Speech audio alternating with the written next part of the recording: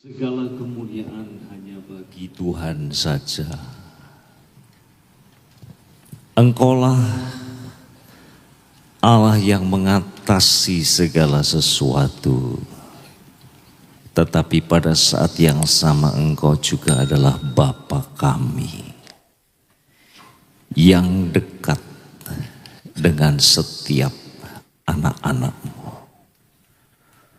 Tuhan, pada kesempatan yang sangat baik ini, kami kembali membuka hati kami, bahkan segenap hidup kami, mempersembahkannya kepada Engkau sekali lagi ya Tuhan, untuk Engkau menuntaskan karya-Mu yang indah dan agung di dalam dan melalui hidup kami. Kami sediakan hati kami untuk mendengar firman-Mu. Kuasai hamba-Mu dan kami sekalian dengan Roh-Mu yang kudus. Berikan kepada kami pengertian dan sekaligus kekuatan untuk kami bisa melakukan apa yang menjadi bagian kami. Terpujilah nama-Mu. Demi nama Tuhan Yesus Kristus kami mengucap syukur, kami berdoa. Haleluya. Mari semua yang mengasihi Tuhan sama-sama katakan amin. Silahkan duduk Bapak Ibu.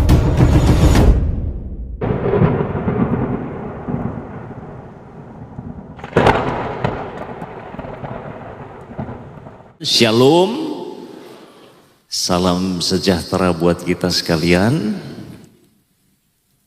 Pertama-tama saya ingin mengucapkan banyak-banyak terima kasih kepada Bapak Gembala, Pak Aswin yang sudah memberikan kepercayaan untuk saya melayani di bagian firman Tuhan dalam ibadah-ibadah kita sepanjang hari ini. Puji Tuhan. Saudara, rupanya enggak janjian ya. Saya tadi tanya kepada Pak Agung, tim musik ini latihannya hari apa? Ya, beliau katakan hari Kamis, dan saya mengirimkan PPT saya itu baru semalam, saudara. Rupanya nyambung, pas, persis, saudara, karena pada kesempatan ini saya juga akan berbicara penggalan dari doa Bapa kami, ya. Puji Tuhan. Saudara, tidak ada yang kebetulan di dalam Tuhan, amin. Puji Tuhan. Ya, firman Tuhan pada siang hari ini saya beri judul Daily Bread. Ya, mari kita akan langsung membaca teks kita di dalam Matius pasal 6 ayat yang ke-11. Ya, Matius pasal 6 ayat yang ke-11 kita baca sama-sama dengan suara keras ya, 2, 3. Berikanlah kami pada hari ini makanan kami yang secukupnya. Give us this day our daily bread. Nah, saudara, kalau saudara mempelajari doa Bapa kami, ya, maka saudara akan menemukan ada yang mengatakan isinya itu ada 6 permohonan. Ada pula yang mengatakan 7 permohonan. Yang mengatakan 7 permohonan, maka 2 permohonan yang terakhir itu dipisah. Saudara ya, jangan membawa kami ke dalam pencobaan. Lalu kemudian yang terakhir, melainkan lepaskanlah kami daripada yang jahat. Itu dipisah. Lalu yang mengatakan 6, maka itu dijadikan satu karena dianggap satu tema, saudara. Ya, nah, tidak masalah saudara mau katakan 6 atau 7, tidak masalah. Tetapi yang pasti kalau saudara periksa lebih jauh, maka 3 permohonan yang pertama itu orientasinya adalah Allah dan kebesaran, keagungan dan kemuliaannya. Lalu masuk mulai permohonan yang keempat sampai dengan yang terakhir orientasinya beralih dari Allah kepada kita dan kebutuhan-kebutuhan kita. Nah, ini pola doa yang baik yang seharusnya kita kembangkan dalam hidup kita.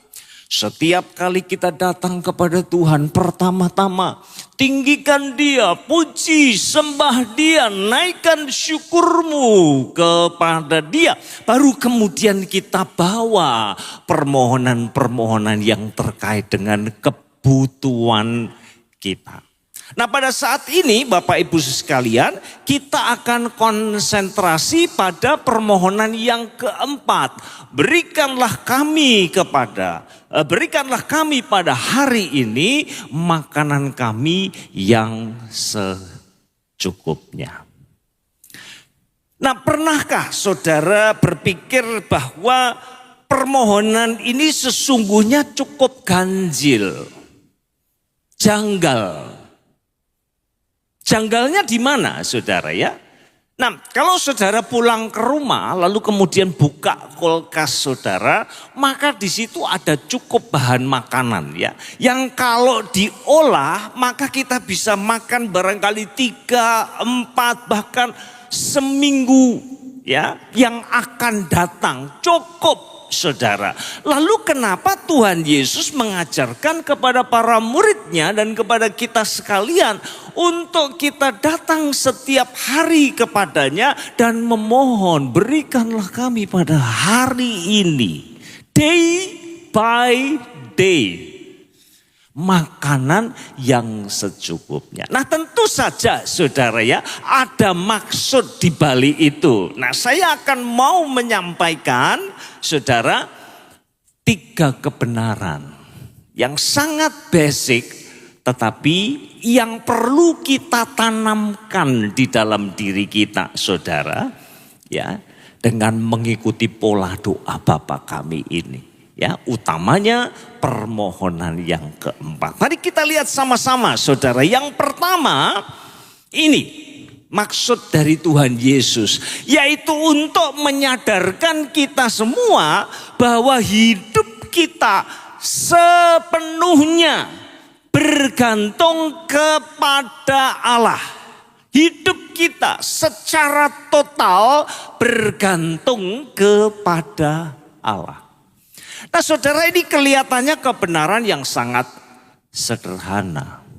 Tetapi betapa sering kita yang hidup di dalam masyarakat yang digerakkan oleh teknologi tinggi, high tech, cirinya cepat dan mudah. Nah, kita seringkali mengalami kesulitan untuk menghayati dan mempraktekkan kebenaran ini, saudara. Kenapa kok begitu? Karena kita nggak lihat proses panjang. Beda dengan Israel, saudara ya. Untuk makanan sampai ke piring ini prosesnya panjang. Mereka harus berjerih lelah, kerja keras, saudara.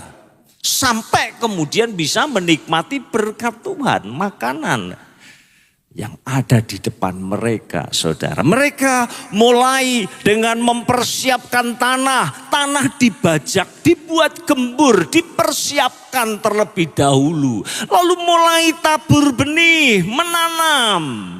Setelah itu masih ada fase yang berikutnya, merawatnya dengan baik, saudara. Memberikan air yang cukup, memupuknya, menjaganya, supaya pada akhirnya tanaman itu bisa bertumbuh dengan baik. Sehingga waktunya tiba untuk dipanen. Saudaraku yang dikasih oleh Tuhan. Nah, saya mau mengatakan ini ya, bahwa dalam semua fase tersebut itu bergantung sepenuhnya kepada pemeliharaan Allah. Saudara, dalam setiap fasenya bergantung pada pemeliharaan Allah. Nah, itu sebabnya saya mau tunjukkan beberapa ayat, saudara ya. Misalnya Hosea pasal 2 ayat yang ke-8. Kita temukan ayat-ayat seperti ini. Ya. Sebab itu aku akan mengambil kembali gandumku pada masanya dan anggurku pada musimnya. Saudara, tanah sudah dipersiapkan, benih sudah ditabur, proses menanam kelihatannya kok berjalan dengan baik ya. Saudara ya, tanaman mulai bertumbuh, tetapi apakah sudah aman? Saudara, belum tentu, bisa jadi ada badai yang cukup keras yang datang. Mungkin banjir, mungkin kekeringan yang berkepanjangan, mungkin hama datang menyerang lalu menghancurkan seluruh tanaman itu sehingga gagal panen, saudara. Dan ingat, di dalam mindset, di dalam worldview-nya orang Yahudi, Allah itu dipandang sebagai Allah yang berdaulat. Dia yang memberi, dia pula yang mengambil, saudara. Jadi sekalipun kelihatannya di awal itu cukup promising ya, tanaman mulai tumbuh dengan baik, aman, belum tentu. Bahkan saudara ya, ketika sudah tiba di tempat pengirikan, kalau itu gandum, atau pemerasan, kalau itu anggur, apakah sudah aman?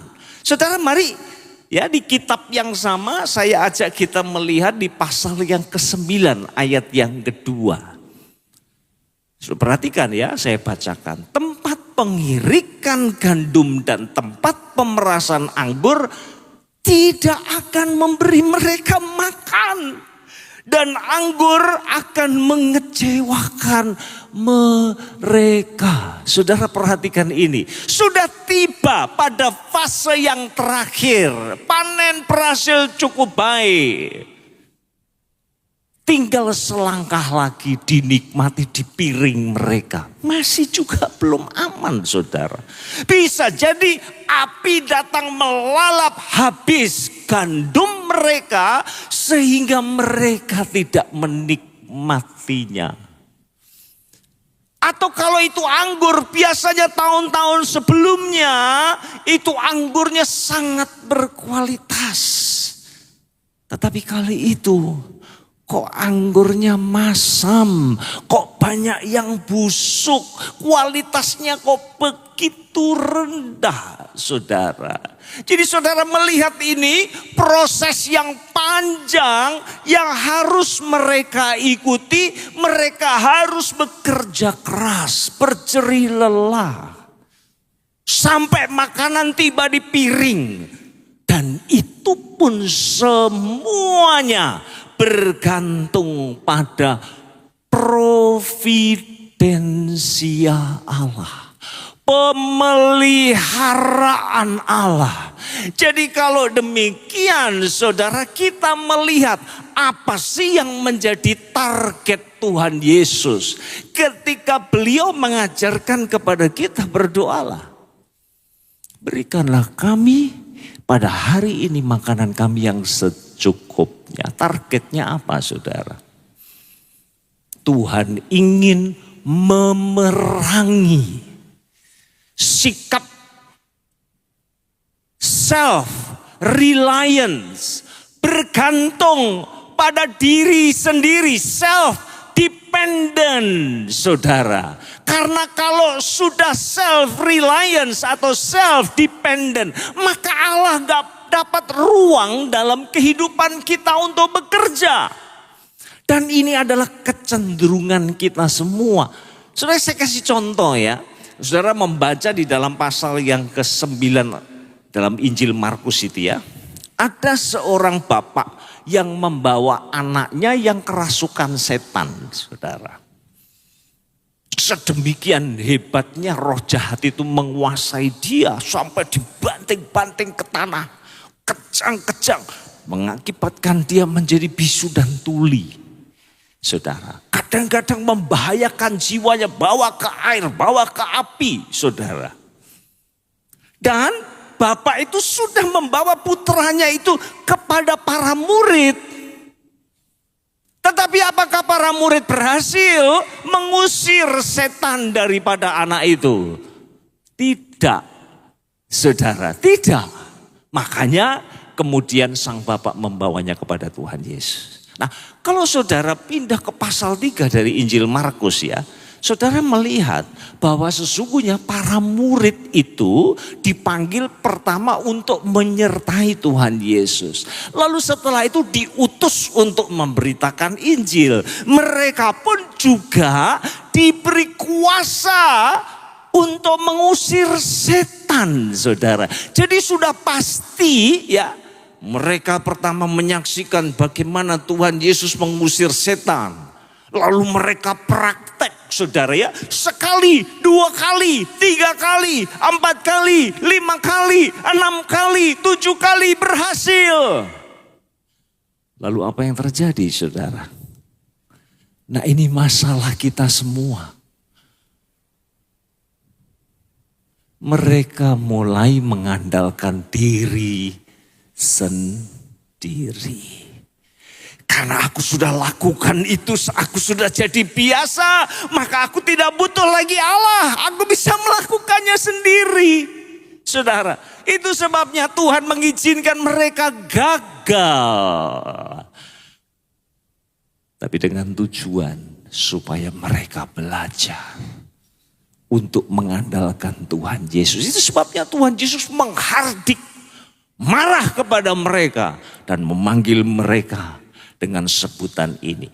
Hai kamu angkatan yang tidak percaya. Tidak percaya kepada siapa? Kepada Tuhan Yesus. Mereka lebih percaya kepada diri mereka sendiri. Itu sebabnya mereka gagal. Saudaraku yang dikasihi oleh Tuhan. Dan ini pula yang pada siang hari ini kita mesti belajar. Mari bawa ini ke dalam kehidupan kita masing-masing. Kalau Bapak Ibu sekalian bertanya kepada saya, Pak, caranya ya apa ya? Caranya ngukur apakah saya ini sudah bergantung sama Tuhan atau belum? Caranya gimana, saudara? Tidak ada formula, tetapi saya mau tunjukkan ada indikator. Ya, indikatornya apa? Saya tanya kepada diri sendiri, apakah belakangan ini level stres saudara mulai meninggi? Engkau mulai menjadi overthinking, khawatir, berlebihan, cemas, gelisah, sampai akhirnya saudara secara psikologis itu mengalami kelelahan, saudara. Nah, saya mau mengatakan kepada Bapak Ibu Saudara yang dikasihi oleh Tuhan Yesus. Salah satu penyebabnya barangkali karena saudara bergantung pada kekuatanmu sendiri. Engkau ingin mengontrol segala sesuatu. Engkau ingin semua ada di dalam kendalimu. Padahal ada banyak hal yang tidak bisa engkau kendalikan. Dan kunci saudara lepas dari perasaan-perasaan negatif itu. Saudara dan saya mulai belajar bersandar dan bergantung kepadanya. Amin. Saudara akan mengalami ketenangan, damai, sejahtera. Akan tumbuh syukur di dalam hatimu. Dan imanmu akan semakin kokoh di dalam Dia. Ini yang pertama, saudara ya. Mari kita lanjut yang kedua. Menumbuhkan rasa syukur, ya. Saya mau menggarisbawahi kata bread, roti, makanan, kebutuhan-kebutuhan yang mendasar. Ya, saudara, kebutuhan yang mendasar, bukan keinginan loh. Jadi kalau kita kaitkan dengan 3 permohonan yang pertama, maka kalau hidupmu menguduskan namanya, kalau hidupmu memperlebar kerajaannya, kalau hidupmu engkau jalani seturut dengan kehendaknya, maka kebutuhan-kebutuhan mendasarmu akan Tuhan cukupi. Itu hubungannya, saudara. 3 3 permohonan pertama dengan permohonan yang keempat. Nah saudara, pada saat para murid ya mendengarkan pengajaran Tuhan Yesus tentang doa Bapa kami ini, maka ketika Tuhan Yesus berkata kepada mereka, berdoalah seperti ini. Masuk bagian yang keempat, berikanlah kami pada hari ini makanan kami yang secukupnya. Maka pikiran para murid, saya dapat pastikan ya, mereka akan segera berpikir tentang periode pengembaraan di padang gurun selama 40 tahun itu. Nenek moyang mereka pernah, saudara, menjalani jalan yang sulit dan panjang itu. Tetapi apakah Allah membiarkan mereka berjalan sendiri? Tidak. Allah menyediakan mana yang turun bersamaan dengan embun malam. Lalu ketika terik matahari semakin menyengat, maka lenyaplah mana itu. Bentuknya, kata firman Tuhan itu kecil-kecil, bunder-bunder kayak biji ketumbar.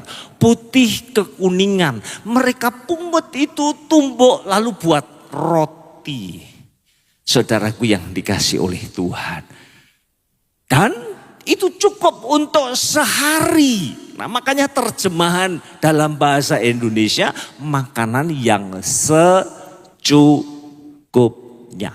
Kecuali sehari sebelum Sabat ya, mereka kumpulkan double, saudara. Selama 40 tahun mereka dipelihara oleh Tuhan. Itu adalah wujud dari intervensi ilahi. Tapi sayangnya pemeliharaan Tuhan seringkali tidak disyukuri.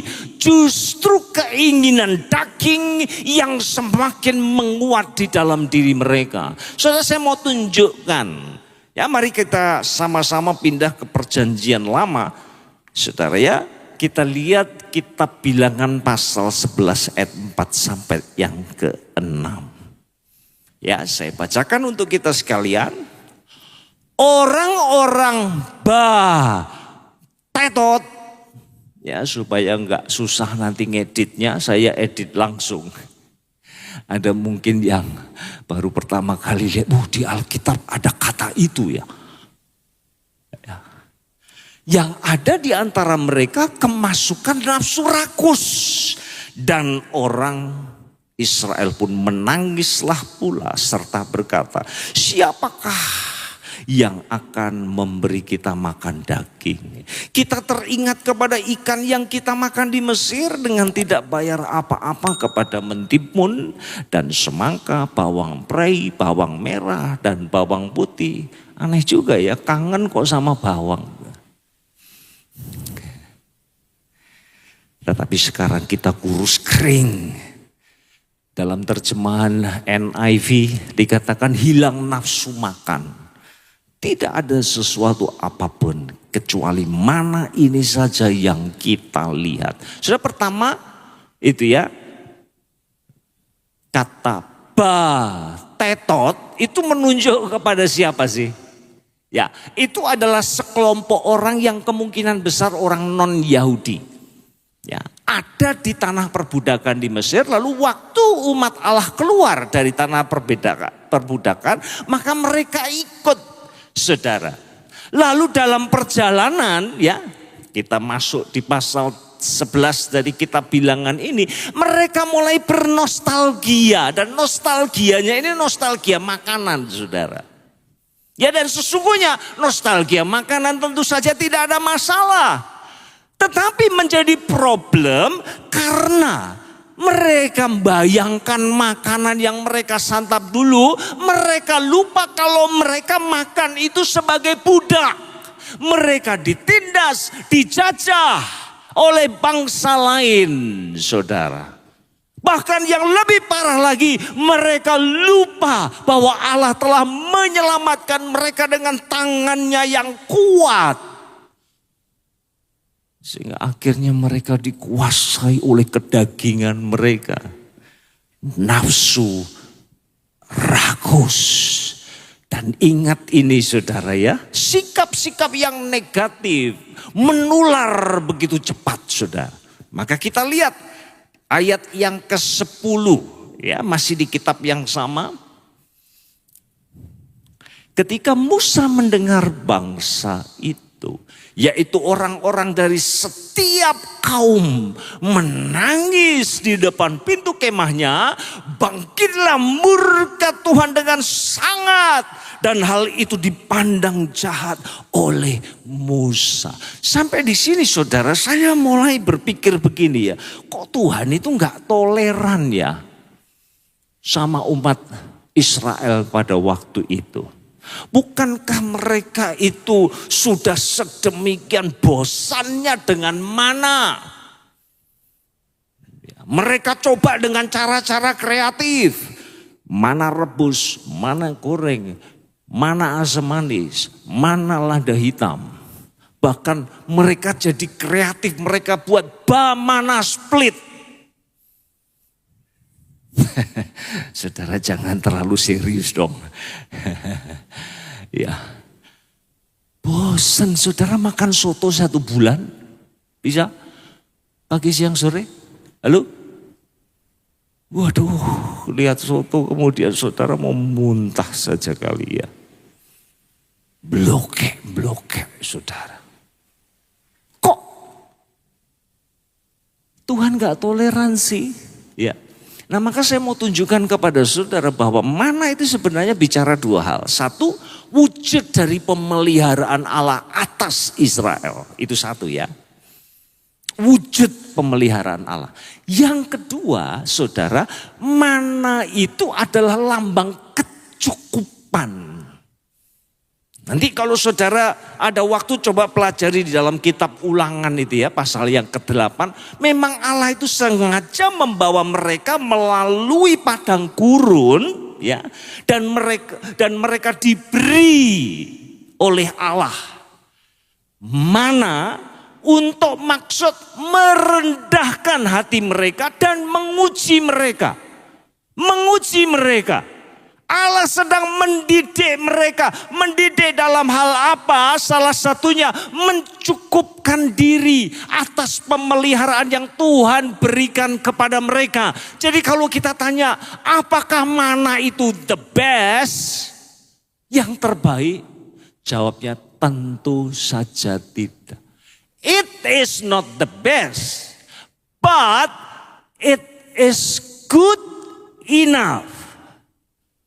Bukan yang terbaik, tetapi itulah yang baik, yang mereka harus terima dan syukuri. Karena itu adalah bagian daripada providensia Allah atas kehidupan mereka. Jadi ketika mereka protes kepada pemeliharaan Tuhan, mereka sedang merendahkan Allah. Dan bagaimana Allah telah memelihara kehidupan mereka. Kalau saudara kita pelajari lebih jauh, ya ini menarik sekali cerita ini ya. Anehnya itu begini saudara kan, mereka minta daging kan, Allah murka. Tapi berikutnya kita melihat justru dikabulkan. Coba kita lihat sama-sama ya, ayat 31 dan 33 saudara ya. Lalu bertiuplah angin yang dari Tuhan asalnya. Dibawanyalah burung-burung puyuh dari sebelah laut dan dihamburkannya ke atas tempat perkemahan dan di sekelilingnya. Kira-kira sehari perjalanan jauhnya ke segala penjuru dan kira-kira 2 hasta tingginya dari atas muka bumi. 2 hasta itu seberapa sih saudara? 90 cm, sepinggang gini. Ya, jadi artinya mereka dengan mudah sekali menangkap burung-burung puyuh itu. Nah sekarang pertanyaannya, bagaimana mungkin itu merupakan ekspresi dari murka Allah terhadap mereka? Allah dikatakan murka dengan sangat karena minta daging. Loh, kok malah dikasih? Bagaimana itu merupakan ekspresi murka Allah? Itu yang jadi pertanyaan. Nah saudara, jawabannya itu di ayat yang ke-33. Selagi daging itu ada di mulut mereka sebelum dikunyah, maka bangkitlah murka Tuhan terhadap bangsa itu. Dan Tuhan memukul bangsa itu dengan suatu tulah yang sangat besar. Perhatikan ekspresi di sini ya, selagi daging ada di mulut mereka. Pada saat mereka mulai makan saudara, entah dengan cara apa, mungkin saja burung puyuh itu bawa virus yang mematikan. Sehingga akhirnya itu menimbulkan penyakit dan banyak di antara mereka kemudian mati saudara. Itu sebabnya tempat itu disebut dengan Kibrot Ta'awa. Apa artinya? Artinya adalah kuburan nafsu. Tempat dikuburnya orang-orang yang dikuasai oleh nafsu kedagingannya. Saudaraku yang dikasih oleh Tuhan. Saat-saat di mana kita hidup sekarang ini bukan saat yang mudah. Tiap kali ketemu dengan jemaat teman-teman yang pengusaha, saya selalu tanya gimana ekonomi saat ini. Mereka selalu bilang susah Pak, susah. Lebih susah dari sebelum-sebelumnya. Kita semua sedang berada di padang gurun saat ini. Tetapi ini yang kita bisa belajar dari firman Tuhan. Mungkin saudara ya, Tuhan hanya taruh sedikit saja di tanganmu. Dan kalau saudara tanya apakah itu yang terbaik? Bukan. Tetapi ada dua pilihan. Saudara mau protes, merendahkan pemeliharaan Tuhan. Atau saudara dan saya mensyukuri, sekalipun sedikit saya bersyukur kepada Tuhan. Karena ini adalah wujud dari pemeliharaan Tuhan atas hidupku. Amin. Amin saudara. Oh gak ada amin. Karena dikasih sedikit ya. Maunya banyak. Tuhan tolong kita ya. Yang terakhir saudara, yang terakhir. Apa yang mau Tuhan Yesus tanamkan di dalam jiwa kita, hati kita. Supaya kita belajar mempercayai kesetiaan Allah. Saya mau garis bawahi kata daily, saudara ya. Kalau dalam bahasa aslinya itu sebenarnya terjemahan literalnya itu the following day. Jadi kalau saya berdoa hari ini, maka itu the following day. Saya berdoa besok, lalu the following day. Artinya saudara, day by day. Setiap hari, semua hari itu merupakan catatan, rekaman dari kesetiaan Allah atas kehidupan kita. Saudara dan saya nggak bisa sebut satu hari pun tanpa Allah menyatakan kesetiaannya kepada kita. Musim boleh berubah, bahkan diri kita pun bisa berubah. Tetapi kesetiaan Allah tidak pernah berubah. Selalu baru setiap pagi. Itu sebabnya kita bisa mempercayai kesetiaan Allah, mengandalkan kesetiaan ke Allah. Karena kesetiaan Allah itu kekal dan tidak pernah gagal. Enggak ada expired date-nya. Kesetiaan Allah akan selalu menopang hidup kita. Nah saudara, saya mau meluruskan satu kesalahpahaman ya. Lalu kita selesai dengan firman Tuhan saudara ya. Kita ini seringkali berpikir begini ya. Memahami kesetiaan Allah itu dalam kaitan dengan bagaimana Allah itu nuruti keinginan kita. Saudara. Kalau Tuhan saya pengen ini, pengen itu, Tuhan kasih tepat pada waktu yang saya tetapkan, maka kita mengatakan Tuhan itu setia. Itu pemahaman yang ngawur, saudara. Ya, mari saudara simak ya perkataan ini. Kesetiaan Allah tidak berarti ia selalu memberikan apa yang kita inginkan tepat pada waktu kita. Kalau itu terjadi, hancur malahan hidup kita, sudah. Kesetiaannya adalah tentang kehendaknya yang sempurna. Bukan soal keinginan kita. Saudaraku yang dikasih oleh Tuhan. Dan saya percaya betul, tidak ada seorang pun di antara kita yang suka berada di padang gurun. Itu tempat yang tandus, yang kering, yang panas, yang sepi, yang tidak banyak yang bisa diandalkan. Lalu Tuhan kasih mana setiap hari, sudah pasti itu membosankan. Tetapi saya mau katakan ini dan saudara dengar baik-baik. Mana itu unik, saudara. Uniknya bagaimana? Begitu Israel masuk ke tanah perjanjian, apa mereka masih makan mana? Halo? Tidak lagi. Di tanah perjanjian itu menjanjikan susu dan madu, saudara. Jadi artinya mana itu hanya temporer. Dan Tuhan izinkan itu diberikan kepada kita pada saat kita ada di padang gurun. Selain unik juga purposeful. Ada maksud, saudara. Apa maksud Tuhan? Ketika kita melewati padang gurun yang panas, yang kering, yang tandus itu. Sesungguhnya Tuhan sedang mendidik, mengajar, mendewasakan kita.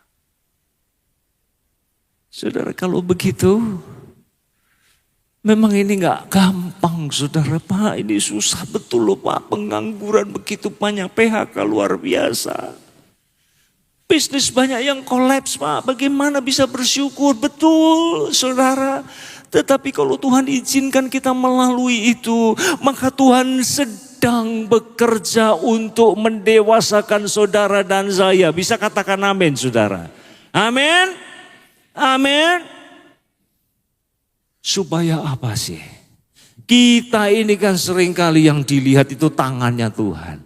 Jarang mencari wajahnya Tuhan. Carinya cuma berkatnya tok. Tapi saat-saat yang sulit seperti ini, pasti engkau lebih banyak berlutut dan mencari Dia. Saudara akan mengenal Tuhan lebih baik daripada waktu-waktu di mana saudara berada di atas. Saudara. Puji Tuhan. Tuhan tolong kita semua. Mari sama-sama saudara kita akan menanggapi firman Tuhan. Mari worship team akan maju ke depan. Saudara kita akan menanggapi firman Tuhan. Kita nyanyikan pujian banyak yang kau perbuat di dalam hidupku. Mari buka hatimu. Bersyukur kepada Tuhan. Mungkin sedikit yang Tuhan taruh di tanganmu, tapi tetap syukuri. Tuhan tidak akan pernah gagal memelihara hidupmu.